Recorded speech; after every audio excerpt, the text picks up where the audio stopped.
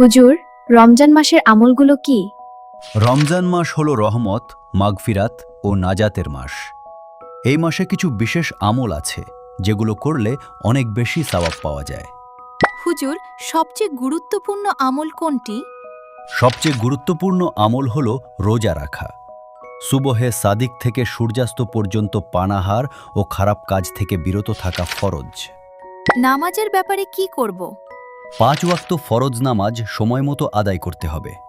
পাশাপাশি সুন্নত ও নফল নামাজ বাড়াতে হবে। বিশেষ করে তারাবির নামাজ আদায় করা উত্তম। আর কি আমল বেশি করা উচিত?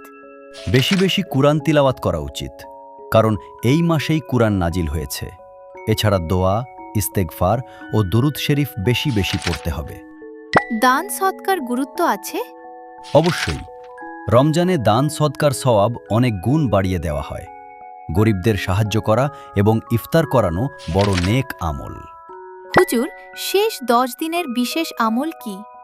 রমজানের শেষ 10 দিনে লাইলাতুল কদর অনুসন্ধান করতে হবে। এই রাত হাজার মাসের চেয়েও উত্তম। বেশি বেশি ইবাদত, দোয়া ও ইতিকাফ করা উচিত।